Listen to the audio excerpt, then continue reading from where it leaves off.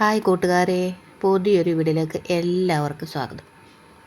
അന്നേരം ഞങ്ങളുടെ പത്തനംതിട്ടയിലെ വീടാണ് ഇത് കേട്ടോ. അന്നേരം ഓണമൊക്കെ ആയില്ലേ, അപ്പോൾ ഒന്ന് ക്ലീനിങ് വീഡിയോ. ഇവിടുത്തെ ഇൻ്റർലോക്ക് എല്ലാം അങ്ങ് വല്ലാണ്ട് കിടക്കുക. അന്നേരം നമുക്കിതൊന്ന് ക്ലീൻ ചെയ്യാം.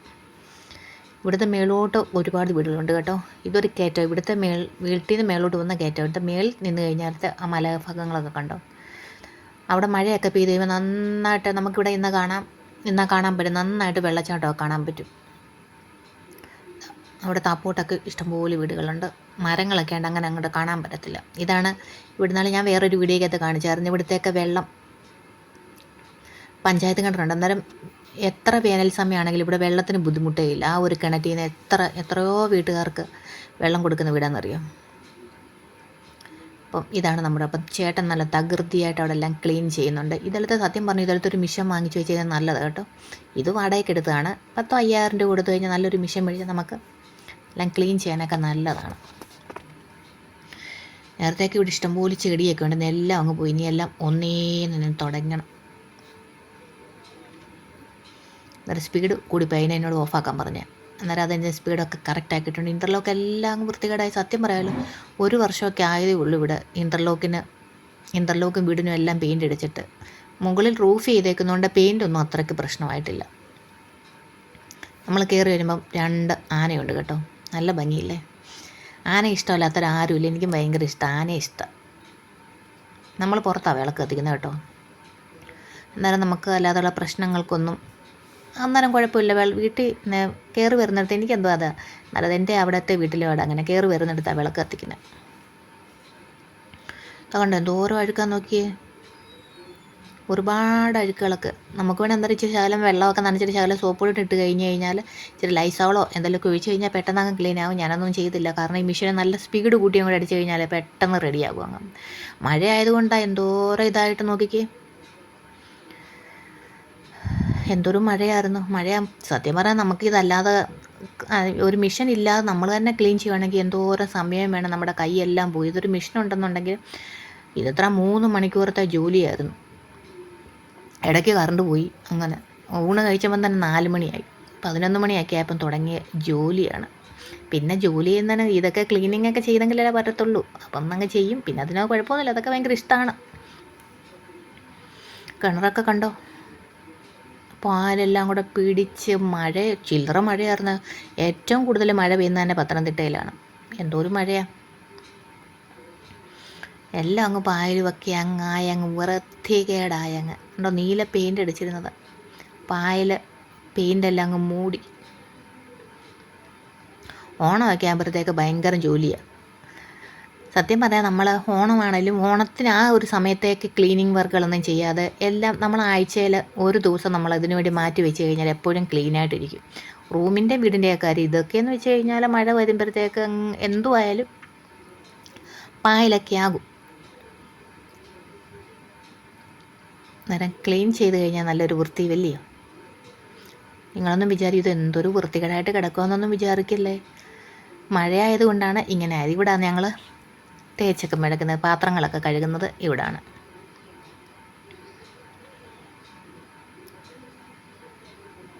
മൊത്തം അങ്ങ് വല്ലാണ്ട് കിടക്കുക. ക്ലീൻ ചെയ്ത് കഴിയുമ്പോൾ നല്ലൊരു ഇങ്ങനെ എന്താ പറയുക, ഈ പായലും വല്ലാതൊക്കെ കിടക്കുമ്പോഴത്തേക്ക് ഇരുട്ടടച്ച പോലൊക്കെ ഒരു പ്രതീതിയാണ്. ക്ലീൻ ചെയ്ത് കഴിയുമ്പോഴത്തേക്ക് ഒരിത് കാണാം കേട്ടോ. നല്ലൊരു പോസിറ്റീവാണ്. നമുക്കന്നൊരു സന്തോഷമാകും. നിങ്ങൾക്കൊക്കെ ഓണമൊക്കെ എന്തുവായി? ഇവിടെയൊക്കെ ഉപ്പേരിയൊക്കെ ഇവിടെ വാഴക്കൊലയൊക്കെ ഉള്ളതുകൊണ്ട് ഉപ്പേരിയൊക്കെ വറുത്ത് റെഡി ആക്കിയിട്ടുണ്ട്. അന്നേരം അത്രയും ഭാഗം ക്ലീനാക്കി. ഇടയ്ക്ക് കറണ്ട് പോയത് അതാ പ്രശ്നം. 1500 ലിറ്റർ വെള്ളമായി ഇത്രയും ക്ലീൻ ചെയ്തപ്പോഴത്തേക്ക്.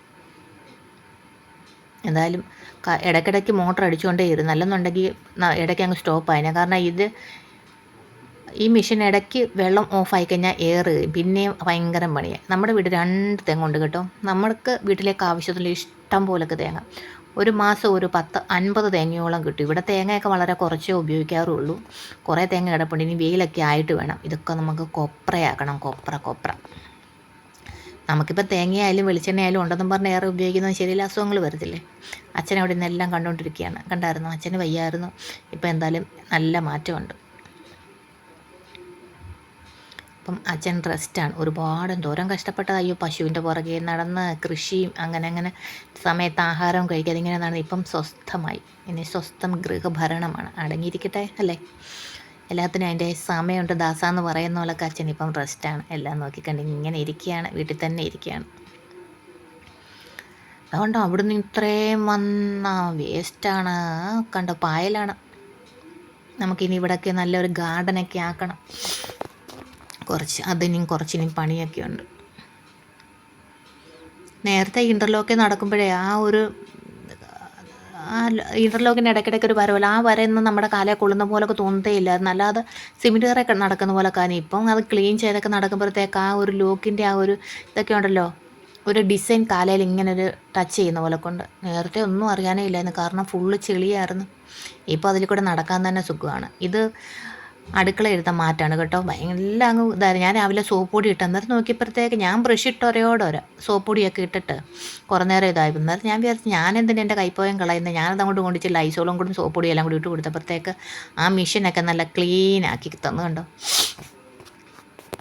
ഈ ടൈലൊക്കെ ആയതുകൊണ്ട് ഒന്നാമത് ഇവിടെ മഴയും തണുപ്പും ഒക്കെ ആയിരുന്നു, ടൈലിൽ നിൽക്കാൻ ഇവരെ കാലൊക്കെ അങ്ങ് പെരുത്തങ്ങ് വല്ലാണ്ടാവും. അന്നേരം ഞാൻ ഇവിടെയൊക്കെ മാറ്റിയിട്ട് കഴിയുമ്പോഴത്തേക്ക് നമുക്ക് നിൽക്കാം. ചെരുപ്പ് ഞാൻ ഇവിടെ അങ്ങനെ ഇടാറില്ല, യൂസ് ചെയ്യാറില്ല റൂമിൽ. അന്നേരം അതും നല്ല കുട്ടപ്പനായിരിക്കുകയാണ്.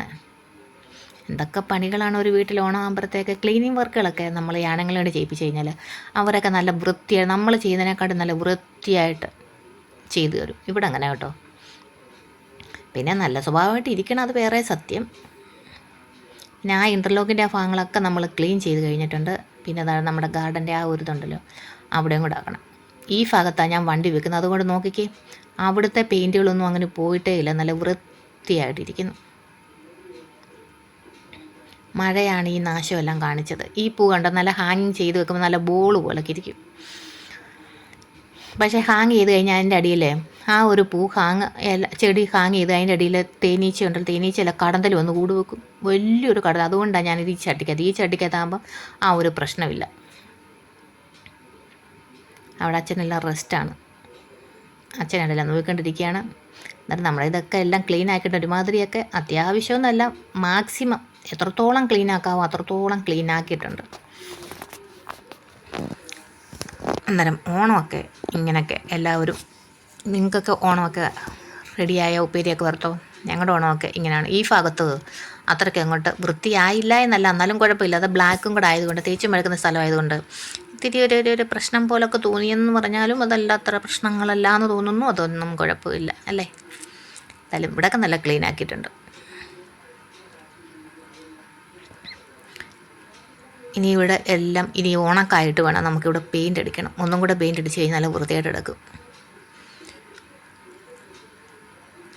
അല്ലേ.